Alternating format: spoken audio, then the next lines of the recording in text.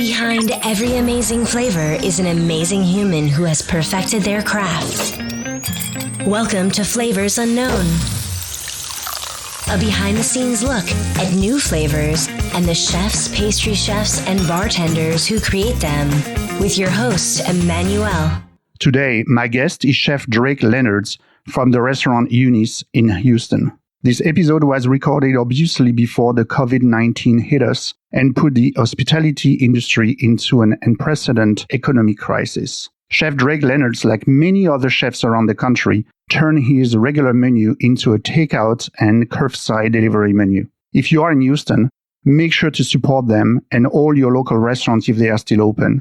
And let's do the same all around the country and support our local spots. They need us more than ever. I am your host, Emmanuel Roche. Welcome to Flavors Unknown podcast. Thank you for tuning in today.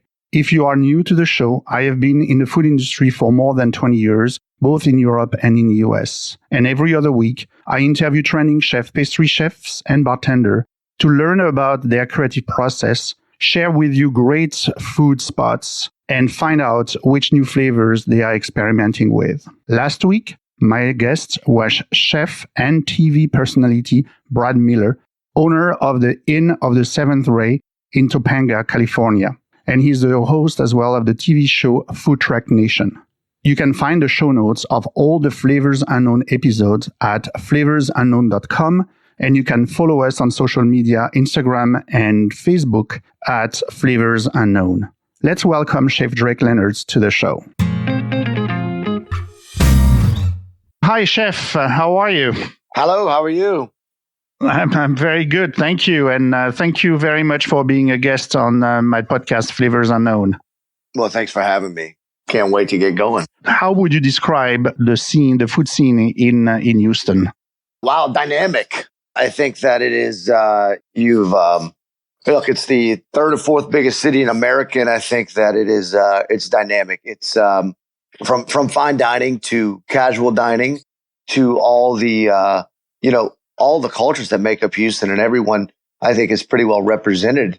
Every culture is well represented in their food here in Houston, and I think the chefs have taken from the mom and pop restaurants to the chefs that open, people like me, maybe that open restaurants that are able to pull from all of these different cultures and all of the different food groups that are going on, the ethnic cuisine that's being pulled from here, from the Gulf Coast, I think, which is just the Gulf is just right down the street from Louisiana, 100 miles to the east to, Houston is this port city, right? It reminds me of very much of what New Orleans and I think Louisiana was a couple of hundred years ago, where you have a huge number of people that come in and bring their cuisine and culture and way of life. And it just kind of blends here in Houston beautifully. And I mean, you are not from Houston. You grew up, on the rice farm in Eunice in Louisiana. So how was it like?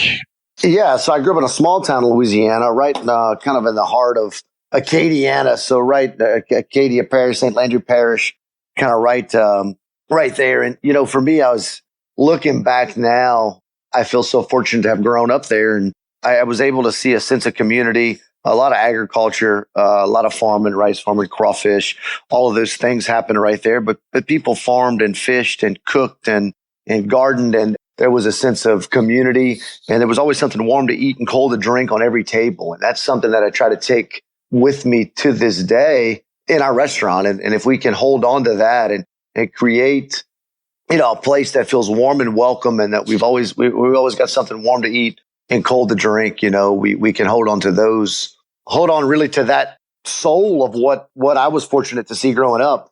I feel like we'll always have a place in the restaurant business. Were your parents or grandparents like cooking? I'm just curious about what made you decide, to work in the hospitality industry and become a chef. My parents were good cooks. My grandparents were cooks. My friends' parents were cooks. Everyone cooked in that small town. There's not a whole lot to do. You got to think in the late 80s, early 90s, I'll kind of give away my age, but small town, people cooked and entertained at home. There wasn't a whole bunch of restaurants. There was a handful of restaurants, and people entertained at home, and people gathered at other people's houses. And we were fortunate to eat very good in restaurants. But more than that, I think we were fortunate to eat really well in other people's homes. And whether someone went out and, went fishing or went hunting, or one of the neighbors had, somebody always brought something, right? And so if there was a gumbo to be made, we were fortunate to go to the smoke shop and the smokehouse and get the andouille sausage. And someone was maybe down on the coast and brought a few shrimp or crabs back, and someone grew some green onions in their garden, and someone had the rice, and it was kind of this sense of community, and really it was eating and kind of shopping local before that was really a thing or something that was talked about. It was just the way that things were done. And so I feel very fortunate to have kind of been able to see that at a young age. And what was the thing that made you, Jen, decide to become a chef then? I always I guess I liked being around food. I love to eat. And I just thought I liked the gathering of people. I still like to be surrounded by people, I think, all the time. My wife always says if you're not working, we still have people over at our house, and we're still going to meet friends. I just love the movement of the restaurant. I think I love the hospitality of a restaurant. I love being around people. And so I think, having a passion for food and having a passion for people, it's kind of fits naturally together. So tell us about the 2 years that you spent at Café Boulud in New York City. So what was your takeaway, from your time there? What an amazing experience. So first to New York City, where, leave small town Louisiana, went to college in Louisiana. And so, 23, 24 years old, get on an airplane and move to Queens. And again, seeing, so like Houston, we're very, very reminiscent, but seeing so many cultures come together, but different cultures than I was accustomed to seeing, right? So I grew up in Louisiana, and you have French and English and German and sort of Italian and sort of things. Well, you go to Queens, and I lived in Astoria, which was a Greek community, right? And so I wasn't exposed to a whole bunch of Greek things kind of growing up in Eunice and in small town Louisiana. So, but exposed to Greek. And then you had, the Mediterranean, right? And then not far down the street and, off of Ditmars Boulevard, you had, Pakistani food and so many different things. And so I was able to see, and then of course, not far down the street, you had the Chinatown in Queens and Astoria, which was in Flushing. So I was just exposed to so many things being in New York, right? 23rd Street, I guess, all the Indian food and so many things. So it just kind of like opened my eyes up to the whole world. And then being at Café Boulud, what a great time. Gavin Kaysen was the chef at that time and had just kind of taken over. And so we were a bunch of young cooks that came from all over the country to work there at that time. And I've met some of my closest friends and some of the guys that I look up to the most and some of my dearest colleagues in those 2 years. What I try to take and what I learned, I think, was I was surrounded by my colleagues, really drove and pushed me, right? Yes, the system and the chefs were all great, but they were young, hungry, ambitious cooks that made me be better because they expected more out of me than I expected out of myself. And they pushed and pulled and really helped me get better every day at little things, right? At showing up a little bit earlier, at reading books, just being exposed to what it meant to be a good cook in a great city, in a great restaurant. And those were things that, coming out of college and kind of being exposed to some restaurants, but really being in the grind for a couple of years that your colleagues expected you to be great. And if you weren't, they demanded that you show up on time and you look the part and dress the part and have been well read and well versed and know what's going on. They were going to kind of move you out, kind of push you to the side. And so, I always think that in our restaurant, if we can surround ourselves with great people, it's going to make us all become a little bit better. It's going to make our team better. It's going to make myself better. And it just kind of, we push each other. You stayed there 2 years. And then after that, what made you decide to go abroad? Because you went to Europe, correct? You went to Germany, France, yes. UK, and you worked there. So what made you decide to do that? Well, I think what I saw there at Café Boulud was, Danielle Boulud, this amazing chef and this really fancy restaurant down on 65th Street. Danielle, but the fundamentals were still in the principles and the fundamentals that he still, I think, uses to cook, I think he would say, and Gavin Kaysen, they were all rooted in familiarity. They were all rooted in something that they had seen, right? And so a chef grew up in Lyon, was still cooking food from where he grew up, right? And still using the inspiration from home. And so it made me realize that just like we all have something special that we grew up with, no matter where we kind of came from. And I think you're seeing it now. Chefs are pulling inspiration from home. And as we get a little older, we always kind of revert back and go back, right? For me to go to New York was maybe I thought that I would get away from Louisiana and see and learn something totally different and do something that was, crazy different. And what I learned was that people are doing what they're taking what they knew and grew up with and just refine it a little bit, right? And so it made me really realize that, like I said, I was very fortunate to grow up with something special, and this food of Louisiana is very special. And so I wanted to kind of go digging more. And I think seeing the French side of what we were doing at Café Boulud really intrigued me and said, hey, I can find the roots in the Louisiana cuisine that I grew up with and the French chronic cuisine that we're cooking, right? And so what makes up that Louisiana kind of food, the original, kind of some of those original sellers, a lot of Europeans came over, and that's what created that kind of Cajun Creole cuisine, whether it's a blend of the French and the German and the Acadian and the Italian. And so I thought, if I'm going to do this, that'd be a great place to go kind of understand the origins of what we're doing now and how it became Cajun or how it became Creole. I felt like you had to get to the source. And so I wanted to go see it. So where did you go first? You end up to be in Germany first? So Germany, yeah. So okay. Germany. So I first took some. Well, I'll tell you, when I was in college, I had some friends over at the Institut Paul Bocuse in Lyon, outside of Lyon, École. And so I spent the summer there. I spent a couple of long weeks. Spent maybe 2 months in the summer there. So based in Lyon, and then they would go to school, and then we would travel. So down to Nice and over to Italy and so Spain. And so I got my first taste of really understanding what that was, right? And you grew up there, so I think you know exactly what I'm talking about. Yeah, yes, absolutely, yes. So I kind of understood that it was as easy to get around Europe as it was to get around from Queens to Manhattan. You know what I mean? And I thought that exactly. Yes, I like the analogy. Yeah, I mean, it was. Absolutely. I realized that it was far away and it felt so big, but I think once you live in New York, and I think that's another thing that New York really gave me the confidence to know that the world was so much bigger than I could ever imagine. And there were so many things to see, and that it really just fueled that desire to really be able to see what was out there.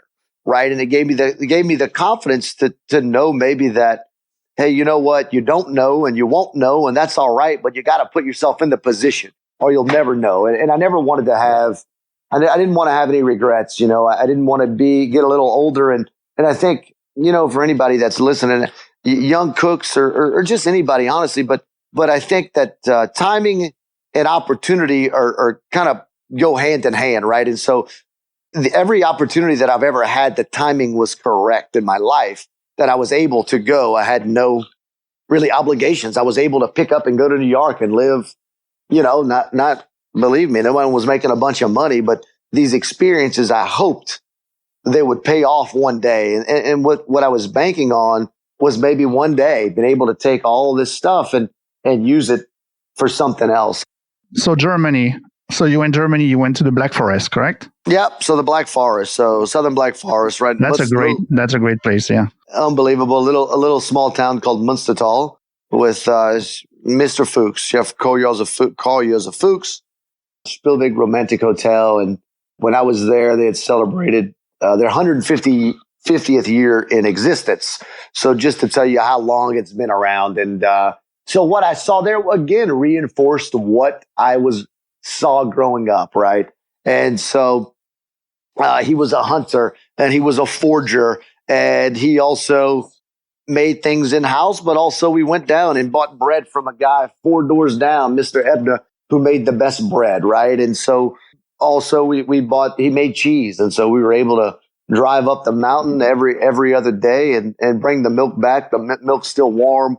the weather's, those cold days, 40, 45 degrees in the morning, and that milk's steaming because that milk's warm and they're making cheese. And so again, it just reinforced everything that I'd been seeing for such a long time, is that, you pull inspiration from where you are and you try to buy the best products and just not mess with them too much and just cook them correctly and clean them right and take care of them. And you'll have a great product.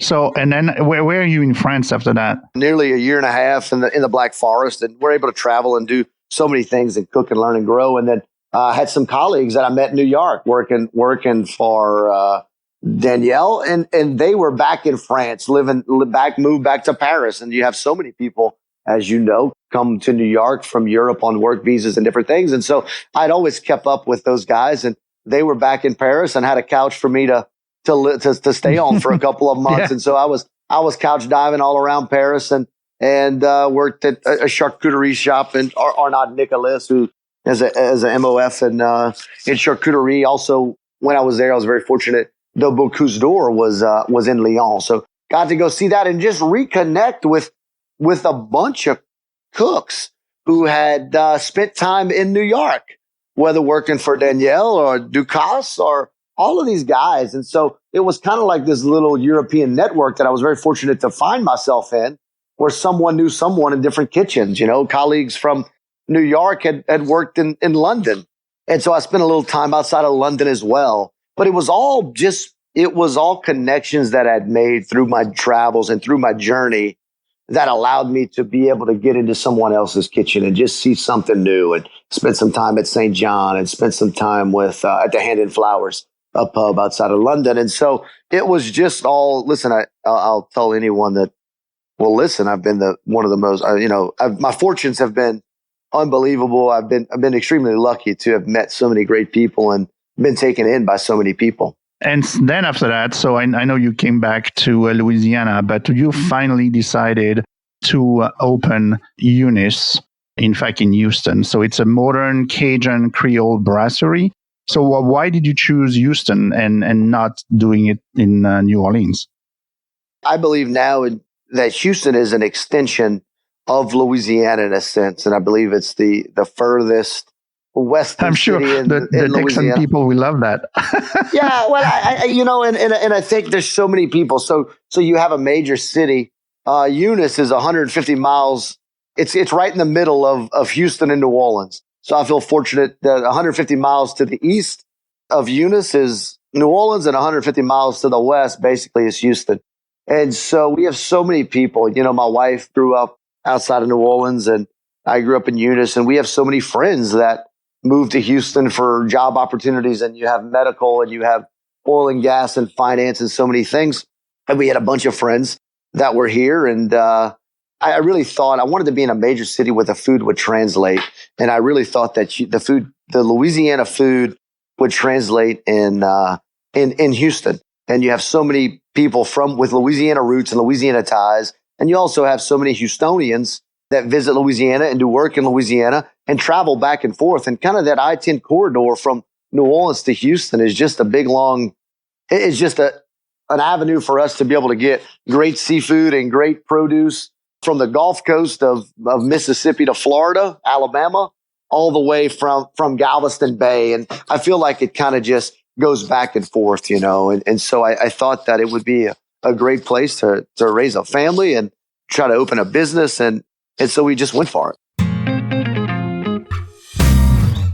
So let's talk about your menus, a little bit. So you are seasonally inspired. You are based, inspired from Louisiana, the Louisiana heritage. You have obviously some European influences, I'm guessing, from, your travels and your time in Europe. You're using ingredients, from the Gulf Coast. So how do you translate like the dishes that you grew up with? Because you said that, all that you have seen in the past and the other chefs that you have seen either in New York or in Europe, they are really rooted into, where they are coming from. So for you, it's Louisiana. But how do you translate those dishes and elevate them in a way that makes sense and you serve them into this nice setting of your restaurant? Again, it goes back to trying to find the best ingredients for that particular dish, right? And so the menu is rooted in Southern Louisiana kind of classics, but also we try to take little interpretations of things that we've seen as a team, and I'm very fortunate to be surrounded by a great team, and we all work hand in hand. And so for me, for instance, one of the dishes that we do crispy quail. And so we're very fortunate to be right here in Houston, and the hill country Bandera is just a stone's throw away, and they raise just the most beautiful quail right about an hour and a half from us. And so we have access to these great quail that we do just a classic buttermilk fry. We make this sort of flour and Creole spice and buttermilk dredge, and we dredge these quail and we fry them kind of like fried chicken, like you'd have just the most delicious piece of fried chicken.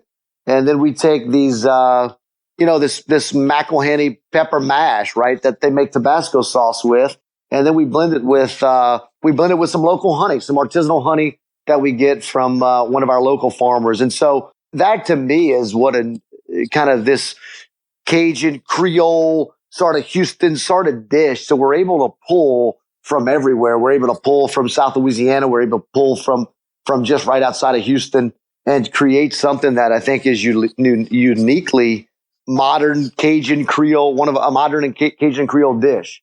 Another thing that we do is like this burrata with pepper jelly, Cajun caviar, and biscuits. And that's kind of been a dish that we didn't know how people would react to it. And it's kind of become one of our staple dishes, kind of something we're known for. And so, again, we make a southern buttermilk biscuit, right, with flour and butter and a little buttermilk just to bind it.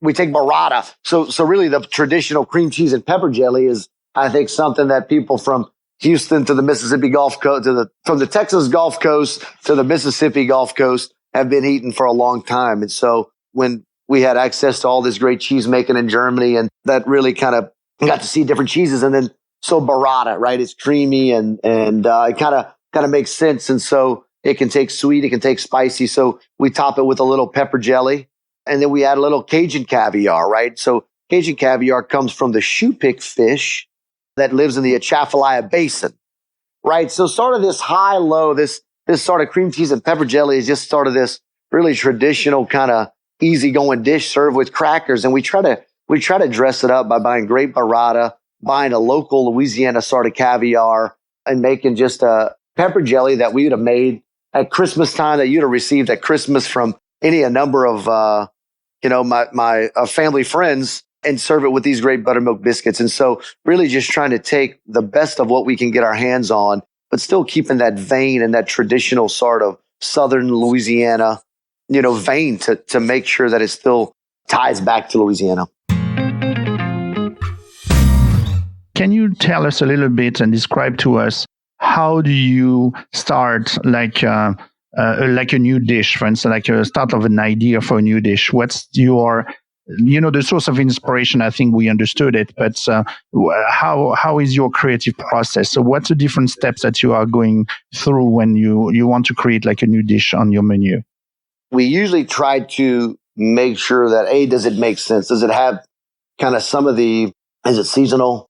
Can it be local, or can we take inspiration from somewhere and tie it back to either where we are now currently? And so that's Houston and the ingredients found up and down the Gulf Coast, or between Texas and kind of the South, and then start with that. And so how do we make sure we tie it back? But ultimately, it's a collaboration between our team and myself. I think I'm very fortunate to be surrounded by so many people that have had similar experiences to myself. And so I think for me, and that's something that ties back to what I learned through all those stops in my life too, that collaboration, is the beginning process is a thing that makes the process grow bigger than what you could have imagined. Right. And so I think that for me, it's important to kind of get with our team, and we all kind of keep kicking things back and forth. And then we scratch and we scratch and we scratch till we find the thing, the dish that really everybody can agree on. It doesn't end until we find what we think is the best version of that dish. Do you have like a favorite dish that you have created? They're all very special, and they're all something that we've worked extremely hard on, and they've all been a culmination of everything we've kind of picked up along our journey and put out. And so I think I don't exactly have a favorite. I don't know that I have a favorite one. I think it's the season and the time and what I'm inspired by and what gives me the most satisfaction, I think, is to see people sit around a table and enjoy dishes that we're able to create with a group of people that they enjoy being around. And so I think the dish doesn't necessarily, I hope they're all really good and I hope people like them all. There's a couple ones that look, to have a piece of burrata with some pepper jelly and caviar on a biscuit is not a bad way to start.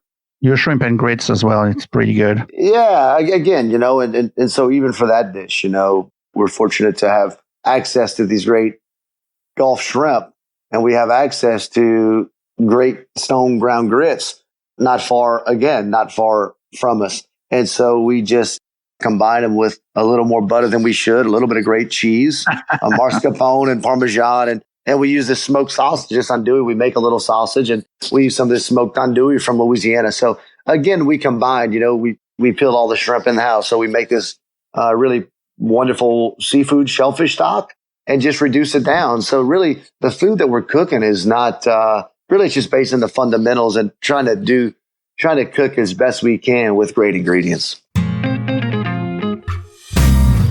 So you were talking about your team, and it's kind of a small world because, as you know, one of your cook has been listening to my podcast for a while now, and before even you and I met, back in Houston. So his name is Graham Stillwell, and I think we should just say hello to him because I'm sure he will be very excited to listen to this episode. Yeah, you know what? I'm going to see him here in about 5 minutes. As soon as I leave here from recording, that's where I'm headed. So yes. He's been a great addition to our team. And I got to tell you, we've been so fortunate. We have so many great chefs and cooks and stewards and servers. And, Houston's been extremely good to us. And so is all the people in Houston, from the guests in our restaurant to the people that work in our restaurant. They've helped me fulfill a kind of a dream of opening a restaurant and getting to go to work every day with people that you enjoy being around. So, not enough can be said about, I think, everyone's team in all of these restaurants, but I hold ours in such a high regard, I can tell you. So let's talk a little bit about your leadership style. So how would you describe it? Because you're talking about working with your team and the whole collaboration approach. So, I think present. It's one thing that I am. I'm around. Always looking to see what we can do better, whether it's the lighting or the music or the way the chairs sit, to the way we serve the food, to the way we're cooking, what ingredients can we get? Are we buying them? Are we in touch with as many farmers as we can be? Are we doing the right things? I think when no one's looking. And so I try to be a leader that's really present. I hope that I try to be very approachable. I'm there to work, and I try to push our team. If I tell them all the time, and I've told Graham this a number of times, I hope that my wish for everybody in our team is that they can have whatever opportunity they want, and that I can be a part of helping them create that, whatever that means to them, right? And so many people have played a role in mentorship to me and helping me being able to travel and see and experience and being exposed. And I hope that I can play a small part to everyone on our team. I can be a part of that for a long time for them too. So would you recommend any of your cooks to try and experience travel abroad as you did it yourself? Yeah, absolutely. Absolutely. I would tell anybody, and I tell them all the time, go for it. Figure out what you want to do and just go for it, right? There's never a right time. Someone once told me there's never a perfect time for anything. There's never a good time. There's never enough money. There's never enough of anything. And so you just have to do it, and I think if the timing's right and you have an opportunity, and it's you don't always know if it's a good opportunity, but you have to reach. I've talked to so many people, been fortunate to meet and speak to so many people in every different business field, whether it's the restaurant business or, medicine or finance or whatever the case may be. And I think everybody has a string of good luck. You got to have some good luck, but you got to go. There's a lot of opportunities that the door opens, and you really just go for it. And the worst thing that can happen is you come back home, and I was very fortunate to have a lot of support. And my parents always said, the door's always open to be able to come back home no matter where you go. And you can start all over and regroup. And so whether going to New York or New Orleans or Europe or wherever, Houston, either way, you go try something and you have no regrets. And if it doesn't work out, you can restart. And if it works out, that's good too. So what destination would you say are relevant, today? I mean, you've been to Europe, but the world have maybe changed now, especially the world of cooking, and there's influences coming from, from everywhere, Latin America, in Asia. So do you have any maybe suggestion or thoughts about, where could be the different destination when it comes to cooking experience? Yeah, I mean, listen, I would love to travel. I haven't been kind of to Israel. I haven't done anything really on the Asian continent. And so I think it's wherever you go, I believe that for me, yes, I learned how to cook in every one of these steps, but I learned a little bit about myself and how to live outside and learn something different and just live on my own and meet new people and just be exposed to new things. And so this journey is not just all about cooking. I think it's easy to get caught up in that it's only about cooking, but you take inspiration from all over, and just being exposed and being around new things and being around people with different backgrounds than you eventually just starts to rub off on you, and whether you think it does or not. And I think later on in your life, you maybe use it. You maybe use it the day that you pick it up, or the day that you see it, or you store it and you use it 5 or 10 years later. You never know where it's going to come in to play in your life, but I think that it will rub off somehow, some way. I would tell anybody to go anywhere, and if you have a chance to go somewhere where you can afford to go, or somebody has a couch for you, hey, listen, that works. That's what I did. Listen, it wasn't always the most luxurious thing sleeping wherever you could and doing what you had to do. But that was not the important aspect. Not at all. Not at all. Exactly. Just do it. Exactly. Just do it. Make it happen. Exactly. That's it. Make it happen. Yeah.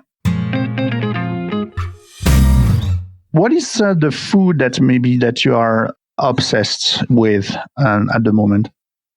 Being here, I can tell you something that I've been exposed to in Houston, not really growing up with it much at all. Listen, I love the Texas barbecue and the beef brisket and barbecue. I love to eat it. Just starting to learn about how to really cook it. There are really some folks here that have mastered that stuff, and so just to be able to eat it, I feel fortunate just on Saturdays sometimes to take my little boy and go grab some barbecue at all the different spots. And look, another thing that I love to do with my family is go get Tex-Mex. There's a little something for everybody. My little boy loves tortillas, and my wife loves queso dip, and I like it all, so it doesn't really matter to me. So, I think spending every little moment outside of the business with my family is important to me. And, again, all the ethnic food that's here in Houston, and have the ability to feel like you've traveled halfway across the world, but you're just a short commute down the road here has been something that I feel very fortunate to have access to here in Houston. You have as well in Houston, being one of the most diverse, city in the country. You have a lot of different, ethnic groups with different, backgrounds. So Vietnamese influence is pretty strong, there as well. Absolutely. Let's switch a little bit to social media, and let's say the impact that maybe social media has on the culinary space, because you are on social media, you are quite active on it. Does Instagram, for instance, impacted your way of cooking or maybe plating, knowing that there's a lot of people that are going to take pictures and post it and make kind of a promotion from about your restaurant? So I'm just curious to see if this is something that you have thought of. It has a major impact, social media and the ability to connect with the guest, the ability for everybody to see what we're doing on a daily basis, but also for us to see what everyone else is doing. So I think it's great. I don't know that it not necessarily changed the way that we played it. I do think that it makes you, every time you see something go out, you know that, like you said, it could be, there's a photo probably going to be taken. And so for me, it makes us, I can use it to say to our team, hey, we have to make sure we're consistent, because we want to, something that I think all of those great restaurants that I've been exposed to, they have a consistent product. And I think any quality business creates consistency.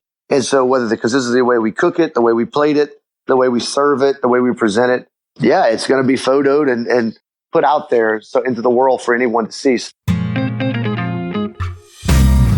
So I would like to pick up your brain a little bit. I'm asking always, the guests that I have on the show that question. And what would be your suggestion how a home cook, like a foodie person like I am, for instance, can prepare? Maybe that we can talk about gumbo because it's, on your menu and it's definitely Louisiana heritage. But how would you suggest that we prepare it to make it a little bit unique spin, on it, like kind of, the influence from Chef Drake Leonards style? Yeah, we do something in the restaurant that was something that I grew up with, and it's found in little pockets of Louisiana. Not everyone does it. And again, I think gumbo is something that is different from home to home, from region to region, from parish to parish, and so every gumbo is a little bit different, and so every gumbo is unique. The cook makes it unique just by the way that they do it. But we serve ours with a little bit of potato salad, right? I like mine a little with a nice dark roux, and I like it a little thicker. I like to add a little smoked meat, sausage, and tasso, a little chicken. I love a chicken and sausage gumbo. It's what I grew up with. I love a great seafood gumbo as well.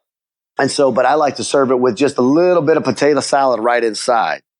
And I think that's something unique. And at the restaurant, we take the skin of our chicken and make little chicken cracklings and serve that with a little side of chicken cracklings and potato salad. And that kind of makes our gumbo a little unique. And at home, at home, you can make the potato salad. I like just a little touch of horseradish in our potato salad. And you can crush up some little pork cracklings that you can get, chicharrones are at these great markets throughout the country. And it just gives you a little crunch, and our little side of saltine crackers is the way that we ate it as well growing up at home with our potato salad and our rice. So 2 questions about this gumbo here. You said it's the chicken and sausage. What kind of sausage do you use, for the gumbo? Yeah, we use andouille sausage. We use an andouille sausage that is made by some of our friends in Louisiana, and they send it over. So it's this heavily smoked, heavily seasoned pork sausage that we use. That's kind of really the basis for a lot of things that we do. And you get that smoky, porky sort of flavor that it adds depth to the gumbo. And you can get it online. Probably a lot of places in the country now sell it in grocery stores all over. But I think that's one of the key ingredients to a great gumbo. Okay. And you mentioned your potato salad. So you said that it is inside. So how do you plate it then, in the the gumbo? Yeah. So you have your pot of gumbo, and I like to just put a little bit of rice and just float a little bit of potato salad right on top. It just kind of gets all mixed in. And so that's kind of the German influence of sort of the part of Louisiana that I grew up in, where kind of the Acadians and the Germans all kind of settled on that flat prairie land of Acadiana, and the smoked meats of the of the Germans kind of met with the pork and the things that were grown right there and that they could get their hands on. And so that's kind of where those cultures kind of came together to create this cuisine that we know, the cuisine of Southwest Louisiana, the Acadiana area. Very cool. Thank you for sharing this with us. So I would like to finish the interview with a series of rapid fire questions, if it's okay with you. Absolutely. What are the 3 cookbooks that had the most influence, on you? I tell you what, I'm looking at one now. And like I said, as I get older, I think I go back to some of these Louisiana cookbooks, but always pulling inspiration from those Louisiana kind of River Road old cookbooks. I'm looking at always taking inspiration from like what Paul Prudhomme did. So based in, Louisiana, and sort of took the food of Louisiana. Opelousas is not far down the road from where he grew up, from Eunice, where I grew up. So, he took the cuisine of Louisiana in the, 30, 40 years ago and put it on the national stage. So, I pull inspiration from those kind of older cookbooks. And then again, some of the French, some of the old school French cookbooks like What, like the Larousse gastronomique or Yeah, something like that? exactly. Or Yeah. LaRouche gastronomy, or like Ferdinand Point. So some of this classic Paul Bocuse again. Someone that classic cuisine and how to find a balance between both. So you and I are going on a tasting tour, in Houston. So think about 5 locations, beside Eunice, of course, but 5 locations that you would take me to. It could be food, it could be bar, it could be a food store, it could be a brewery, a bakery, whatever. What are like the 5 things 5 locations that you would take me to? Oh my goodness! Listen, there's more than 5, and you really put me on the spot. No, I know. I think, and I will tell you, I don't have. People ask all the time, "What's your favorite place for barbecue, or Tex-Mex, or crawfish, or gumbo?" I'll be honest, I really don't have a favorite spot. What I've found is that there's so many people doing so many great things that they are all delicious, and my favorite spot is wherever we find ourselves. That is the truth. No, sorry, Like I said, maybe one location that you just discovered like recently, and then that had impact on you. Yeah, so we would definitely have to go have some sort of maybe tamales or something for breakfast. That's something that I discovered being in Houston. That we did for Christmas one year, and I just can't get enough of it. I didn't grow up with it, and sort of breakfast tacos that I love. We would definitely have to have a little barbecue, a little brisket and pork ribs and get some barbecue. I love to take my family and my little boy to the park. So there's so many beautiful parks here, Memorial Park and Herman Park. We'd have to stop and maybe just see there's so many people running, and you just see the Houston, all the cultures and all the people of Houston just kind of gather and get out and see some greenery. We'd probably have to get a little cold beer somewhere. There's this classic ice houses, which are just little bars that serve beer, and they're kind of open. And on a nice, beautiful day, there's nothing like having a cold beer in the afternoon. And then, even again, like I said, I love to take our team during the holidays for Indian food. There's so many great Thai and Vietnamese restaurants, and Manuel, I tell you really got me good because there's so many places that this city has to offer. You are pretty good. You are pretty good at describing and staying very generic, and you are not making any enemies. Like that's very good. Listen, there's just so many. I mean, I think that's the beauty of this town, and that's the beauty of being here. That there's so many people, and I said it earlier, but there's so many people doing so many great things that it's hard to just name one. And I think that's happening all over the country, right? And I think that's the beauty of where we are with food, and that's the beauty of where we are in this time in our life. Next time I come down to Houston, I'll let you know a little bit before, and then you can organize the trek with a list. We'll have a whole day. We'll have a whole day, I can tell you. And then we'll go back down. I'll tell you what, we'll do Houston a half a day, and then we'll drive down to Louisiana, and I'll take you to some of my favorite places there. That's all true. These little road stops. I've done a tour of Louisiana, but I don't think I've been to Eunice. I don't think I've been to that part. So, but I love that area, definitely. So, talking about Louisiana? What's your favorite Louisiana food? Again, I'm going to ask you to pick one. Yeah, I think what represents where I'm from and something that we do and something that represents everything I love about restaurants is just boiled crawfish, right? And so a crawfish boil, there are a lot of produced in the Eunice area and the area I grew up in. And I mean, I would crawfish. I worked for some guys when I was younger, and that was kind of a rite of passage. I think a way to make a little extra money when you were 15, 16, 17 years old.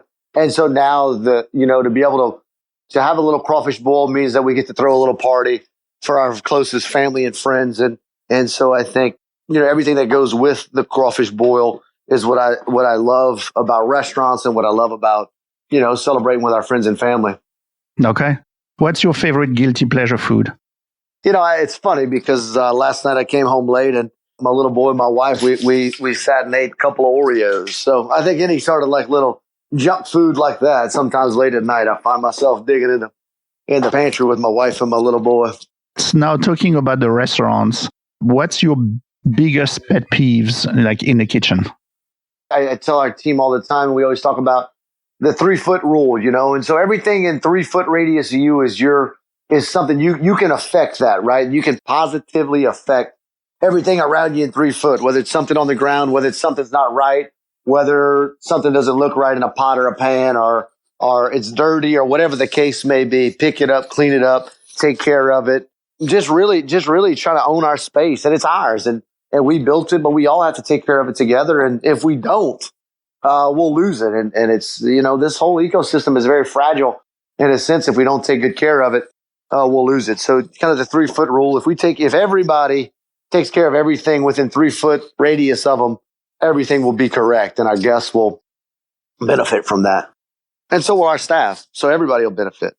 So, Chef, then we are going to close this interview on these 3-foot rules and with those last thoughts. So, thank you so much for your time.